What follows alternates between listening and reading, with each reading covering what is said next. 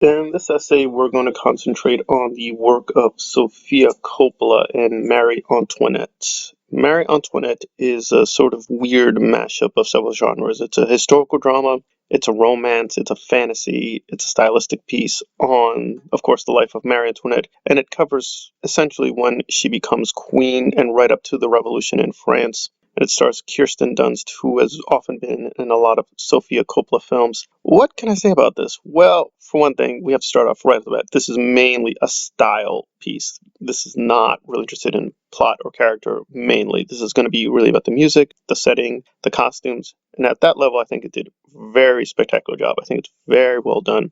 And it's very powerful. It's not Barry Lyndon, it's not Crimson Peak, it's not kind of one of the best of these kinds of efforts, but it is a very respectable film and shows you a very kind of unique perspective that Sofia Coppola has sort of mastered over looking at celebrity and how the image is looked at and talked about, gossip and rumor, which are historically accurate. I mean, there was a lot of rumors about why it took so long for Marie Antoinette and her husband Louis to produce a child.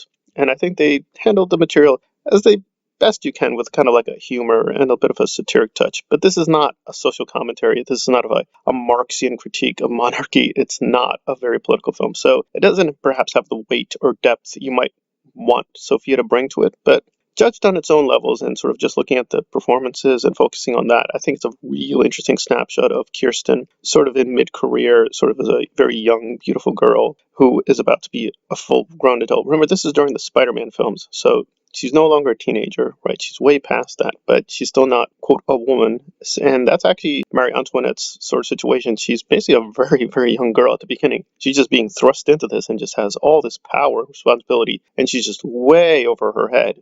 That said, probably people will be disappointed that the court politics is fairly small stakes. This is not Star Wars. This is not Game of Thrones, right? We're not seeing conspiracies within conspiracies within conspiracies, or people being thrown out windows or, jousting over the honor or love of women. So the stakes are fairly small, but I still really enjoyed this. I thought Kirsten does a really good job of communicating kind of the emotional isolation and the sheer loneliness of being a woman with power during this time period, especially in a monarchy where she's a foreigner and people don't really like her or trust her. And she sort of has to find her own way with her own little faction and kind of develop friendships as well as romantic entanglements slowly.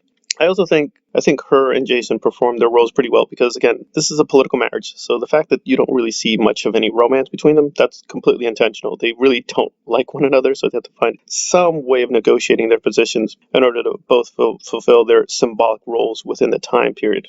Now, as to the soundtrack, I did appreciate this is a very unique take. She's not copying at all. And spoilers that she and Quentin Tarantino apparently had a romantic relationship. So I was very impressed that this is really much her individual style. Of course, there's some QT influence. I mean, that can be helped. Everyone's been influenced by Quentin Tarantino after the 1990s with music. But this is a really her own soundtrack. It's not as powerful as Drive, but I do think it worked for what she's trying to do, and what is that? Well, it may seem superficial to focus so much on gambling and fashion and clothes and those things, but that's what they focused on, right? So I'm sure some people would be annoyed that all Marie Antoinette seems to care about is sexual affairs, clothing, gambling, her money, her children, but that's what they actually focused on. And you do see sort of the psychological toll it takes on her after a while because she's just very bored out of her mind. She just doesn't care about these things anymore, and you feel her melancholy and her sense of just being really bored and just really done with life, and she just wants to move on. It's a little cliche when she does have children. She sort of feels some reinvigoration, but we still see a lot of the sadness and sort of the kind of sheer emptiness of royal court life, and that she really wants to do more than that. There's actually this one really great sequence where we get into her POV and she's having this romantic image of moving away with somebody else, and so sort of trying to go beyond her own station. Still, it is what it is. This is a small stakes kind of social drama character study about a very privileged white woman during a time of revolution. And I understand some people would be hoped that they would see a little bit more of the social context, because I do know the French Revolution and Rousseau pretty well, and there is some substance here. There's this one part where she just becomes really infatuated with nature, reads from Rousseau. That's actually very historically accurate. Rousseau really created this kind of renaissance and getting back in touch with nature among even the royal. So there is some real substance here, but it is mainly style. And I think the style is done very well. It's communicated very powerfully. It's not one of her best works. It's not lost in translation or even some of her later films. But I do think if you look at her career, she's always been sort of fascinated by celebrity and image and gossip and how people construct themselves through the media. So I think this is another part of her larger canon. I think in that respect, it's a very, very good piece. So I'm going to give it a very respectable 7.5 out of 10. Highly recommended. Marie Antoinette by Sofia Coppola. Thanks for listening.